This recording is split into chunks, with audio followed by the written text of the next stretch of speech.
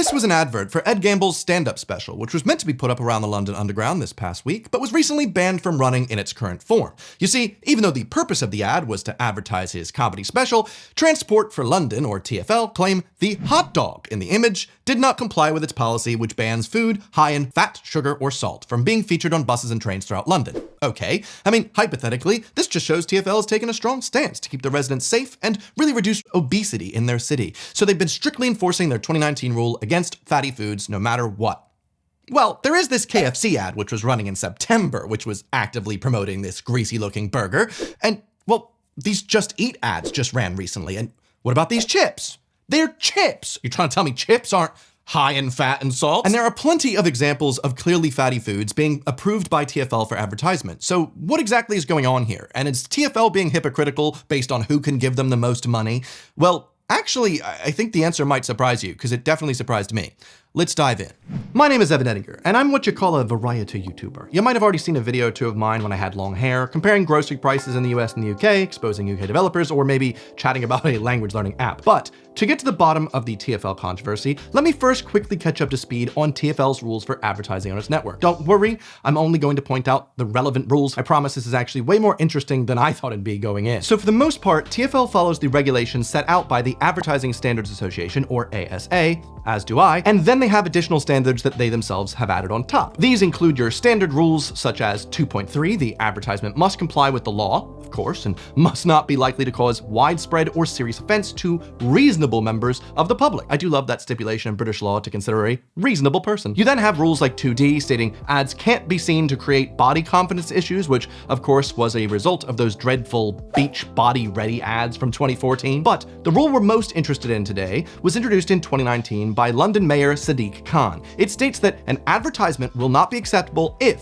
quote, it promotes directly or indirectly food or non-alcoholic drink, interesting it has to designate that so they can do, anyway, which is high in fat, salt, and or sugar, HFSS products, according to the nutrient profiling model managed by Public Health England. It is for the advertiser to demonstrate in any case of doubt that any product is not HFSS and or that an advertisement is not promoting HFSS product. Weird note, but out of the entire list of TfL advertising standards, this is the only one that's completely in italics. Probably because the intern tasked with updating the rules just forgot and just copied and pasted it from their boss. For the most part, this rule doesn't seem too vague, like you can't promote food that has high fat, sugar, or salt. So then the question becomes, well, if that is a rule that all ads must follow, why is it that KFC is allowed then? That seems like a double standard. And the chips from earlier. Well, luckily for me, I wasn't the only one to ask this question. Someone performed a Freedom of Information request on TfL, demanding to know what reassurances KFC gave them to prove that their product was not HFSS. TfL says,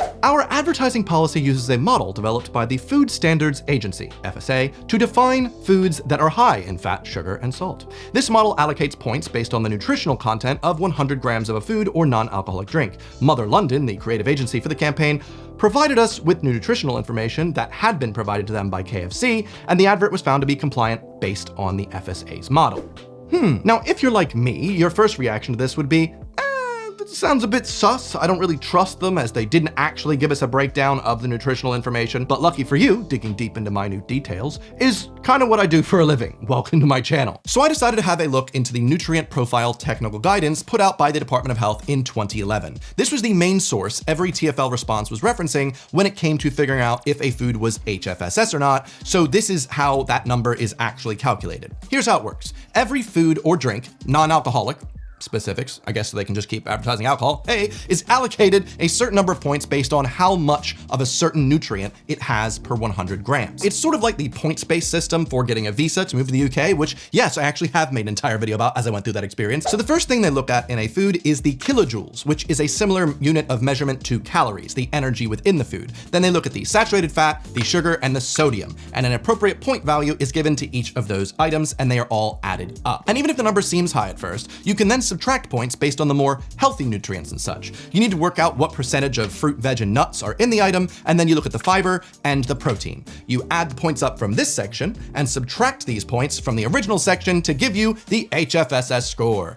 Any food with a score of 4 or higher is deemed to be high in high fats, salts, and sugars, and therefore would not be allowed to be advertised on the London Underground, as per this standard. But also, 1, starches like potatoes don't count as a vegetable in this model, so you can't have a bag of crisps being deemed as healthy. And 2, if the score you get from the first section is so high, it's over 10, you can no longer subtract the high level of protein from an item to somehow get it in the healthy range, which is important going forward. So I've taken the time to calculate the HFSS scores for the KFC fillet burger that's been advertised, as well as some more common items. It was really difficult to find this nutritional information on the UK version of KFC's website, but I did find it on the New Zealand version. I'm assuming that any sort of changes between the branding in the UK and New Zealand would be negligible. Any Kiwis want to chime in? That'd be great. So starting off with the Kernel burger, which is the most comparable to the one in the ad, we've got 2 points for the energy, the kilojoules. We've got 1 for saturated fat, 1 for sugar, 4 for sodium. So right off the bat, we're already at 8, and you have to be under 4 to be deemed not HFSS. But then you have to factor in the fact that there were 2.9 grams of fiber, so that knocks 3 points off of it, still at 5. And then you get 5 points because it's chicken. There's a lot of protein in that. And so the KFC Kernel burger is 0 points.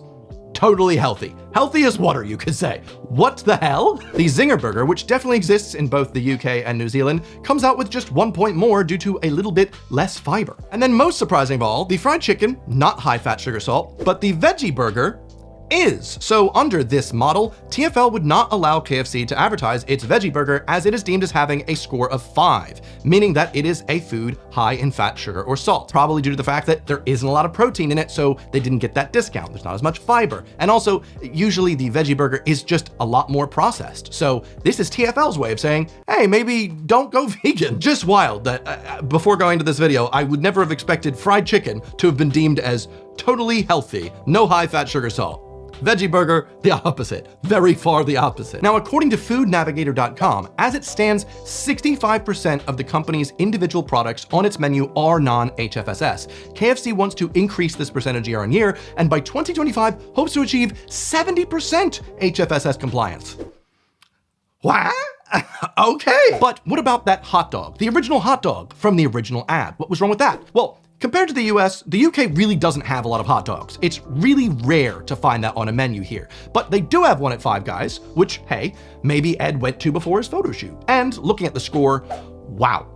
21 points. It's a bit mind-blowing that, according to this model, Five Guys hot dog is viewed differently than a KFC burger. But then again, it does have insanely high saturated fats and salts. So I imagine you'd be hard-pressed to find a hot dog that would fit the standard of being non-HFSS if most are even slightly similar to this Five Guys one. But that's not really the problem here. The problem here is that Ed Gamble probably didn't have any nutrition information of the hot dog in question, as he doesn't sell hot dogs despite his podcast. I mean, he probably just took a gamble and thought, you know, they wouldn't notice. So TFL probably are running on a high fat, sugar, salt, and less proven healthy system. But it does seem like they're consistent in this, even if it is quite nonsensical at times. Like a West End play about divorcees having their poster banned because, of course, the wedding cake is probably high in fat and sugar, so they had to spend an extra £5,000 to reprint a different design of the poster without the wedding cake. Even though no Londoner can realistically even go out and get a wedding cake, as they are the top tier cake, pun intended, only served at weddings. What? Am I just gonna, hey, invite me to your weddings so I can get your wedding cake, please? I saw an ad on the TFL once and I have been influenced. Also, it's a shame as, you know, the wedding cake poster does actually look better. It's quite, I don't know, it looks nice. Now, 2 other times this has come up was a website selling fresh produce and groceries delivered straight to your door was banned because, can you see it?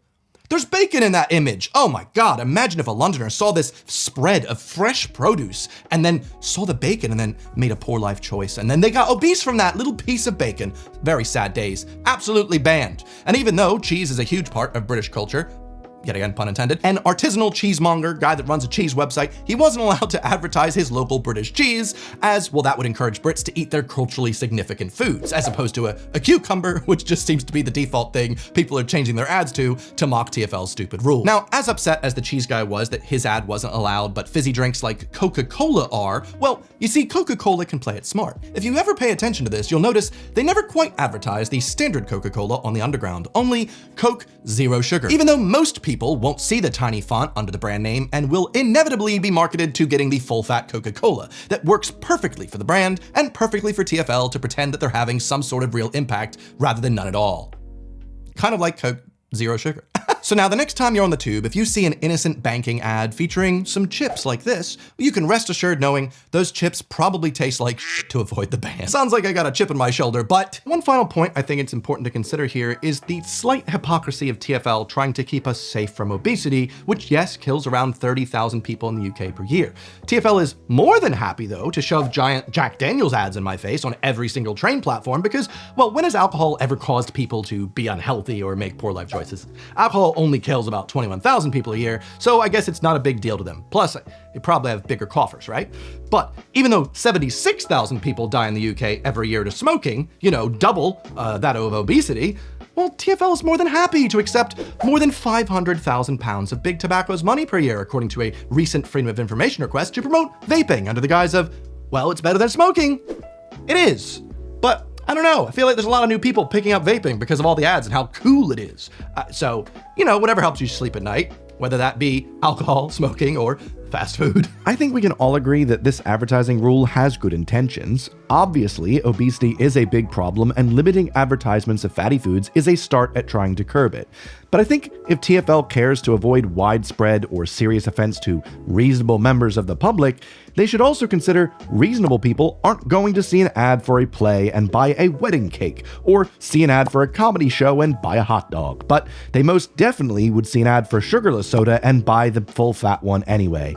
Just a thought. So back to the original ad that kicked this all off. To be honest, there is a chance that this was all just a bit of marketing genius on the part of Ed Gamble. His team replaced the hot dog with a cucumber after the media stir, which was a really perfect tongue-in-cheek response, but as I feel like any reasonable person wouldn't think a harmless ad for a stand-up tour would be banned over a photo of a hot dog, it's probably just an honest mistake. And if somehow Ed ends up watching this video, mate, get me on that podcast, please. If you didn't know, Ed Gamble runs the Off Menu podcast with James Acaster, and they talk about what your dream meal would be in your dream restaurant. And man, I've had my entire dream menu ready to go for ages just because I love the experience of good food, and I just love talking about it. So hey, if I do somehow get in this podcast, I will definitely tell you about it, as I just want to share this menu I've perfectly crafted. Anyway, I have made a video on American foods banned in the EU and the UK, so you can watch that if you'd like, and I will see you there, or next Sunday. Bye.